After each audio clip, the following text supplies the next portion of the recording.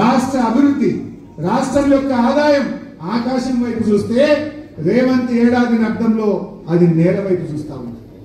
నాడు రాష్ట్రం యొక్క ఆదాయం 60,000 కోట్ల నుంచి 2,60,000 కోట్లకు 10 ఏళ్లలో కేసీఆర్ పెంచి చూపించింది. కానీ రేవంత్ ఏడాది అర్థంలో ఆదాయం తగ్గుముఖం బట్టి నేలముఖం చూస్తున్నటువంటి పరిస్థితి వచ్చింది. ఇది నీ వైఫల్యం, నీ చేతకాంతనం వల్ల జరిగింది. బట్ ఏది ఏమైనా ఇవాళ ప్రజలు క్లియర్ గా ఉన్నారు. ఇవాళ ఎన్నికలు జరిగితే 100 సీట్లతో మళ్ళీ బీఆర్ఎస్ అధికారంలోకి వస్తుంది. కొంతమంది మాట్లాడుతున్నారు బీజేపీతో బీఆర్ఎస్ కలుస్తుంది లేదా పొత్తు పెట్టుకుంటుందని. కేసీఆర్ గారు మొన్ననే కుండబద్దలు కొట్టినట్టు చెప్పిండు. అయినా అసలు బీజేపీకి తెలంగాణ మీద హక్కు ఉన్నదా? ఆనాడు 1996లో 1 ఓటు 2 రాష్ట్రాలని చెప్పి 2000 సంవత్సరంలో 3 రాష్ట్రాలు ఏర్పాటు చేసి తెలంగాణకు మొండి చేయి చూపిందే బీజేపీ. చంద్రబాబుకు భయపడి తెలంగాణ ఇయ్యకుండా తెలంగాణ ప్రజల్ని మోసం చేసిందే బీజేపీ. అసలు కేంద్రంలో 8 ఎంపీలు గెలిపిస్తే గుండు సున్నా పెట్టి బడ్జెట్ లో తెలంగాణకు మొండి చేయి చూపిందే బీజేపీ. ఇవాళ పోలవరం జాతీయ ప్రాజెక్టు ఇవ్వడం కాక బనకచెర్ల గోదావరి లింకుకు మళ్ళా తెలంగాణ నోరు కొట్టి తెలంగాణలో గోదావరి నీళ్లకు అన్యాయం చేసే అక్రమ ప్రాజెక్టుకు వత్తాసు బలికి నిధులిస్తున్నదే బీజేపీ. ఇంకా బీజేపీ ఏ ముఖం పెట్టుకున్నట్టు ఏం చేసింది బీజేపీ?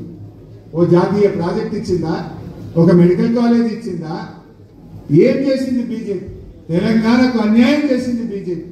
గోదావరి బనకచెర్ల మీద కిషన్ రెడ్డి మాట్లాడాడు, బండి సంజయ్ మాట్లాడాడు, ఈటల రాజేందర్ మాట్లాడాడు.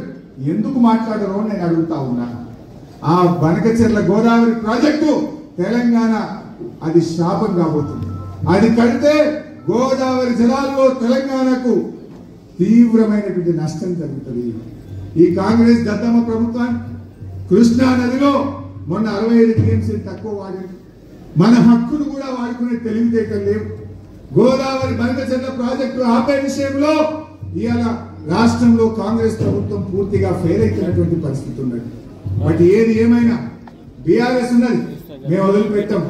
రాష్ట్ర ప్రభుత్వం ఫెయిల్ అయితే బీఆర్ఎస్ ప్రభుత్వం అవసరమైతే సుప్రీం కోర్టుకు వెళ్ళైనా సరే గోదావరి బనకచెర్ల ప్రాజెక్టును ఆపి తీర్థం, తెలంగాణ ప్రయోజనాలు కాపాడతాం.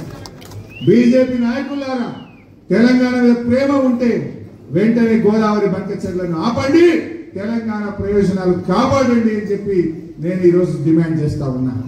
బీఆర్ఎస్ స్వంతగానే ఉంటది, ఒంటరిగానే మళ్ళీ అధికారంలోకి వస్తుంది, 100 సీట్లతో అధికారంలోకి వస్తే తప్ప ఏ పార్టీతో బీఆర్ఎస్ పొత్తు పెట్టుకోరు. ఎవడో పెట్టుకుంటామన్నట్టు ఇంకోడెవడో పెట్టుకుంటారన్నట్టు మాట్లాడుతుంది. ఎవరితో పొత్తు పెట్టుకోము. బీఆర్ఎస్ కేసీఆర్ నాయకత్వంలో మళ్ళీ అధికారంలోకి వచ్చేది ఖాయం. ఇలా ప్రజలే కోరుకుంటున్నారు. ఎక్కడ పోయినా అదే చర్చ జరుగుతుంది. ఏదో 4 ఎక్కువ వస్తాయి అనుకుని ఓటేసిన బిడ్డ, 4 ఎక్కువ వస్తాయి అనుకున్నాం కానీ గిట్లయితుంది అనుకోలేదు అని ఎవరిని మాట్లాడించినా చెప్తా ఉన్నారు. ఏం చెప్పింది వాళ్ళు ఆ రోజు? అరే 2,000 పెన్షన్ ఇచ్చింది కేసీఆర్, మేము 4,000 ఇస్తాం. 10,000 రైతు బంధు ఇచ్చింది, మేము 15,000 ఇస్తాం. ఉద్యోగస్తులకు రాగానే 4 డిఏలు ఇస్తాం, పాత బకాయిలు ఇస్తాం, బెస్ట్ పిఆర్సీ ఇస్తాం అన్నారు. ఇప్పుడు మాట్లాడితే నన్ను ఓస్క తింటామా అంటున్నాను.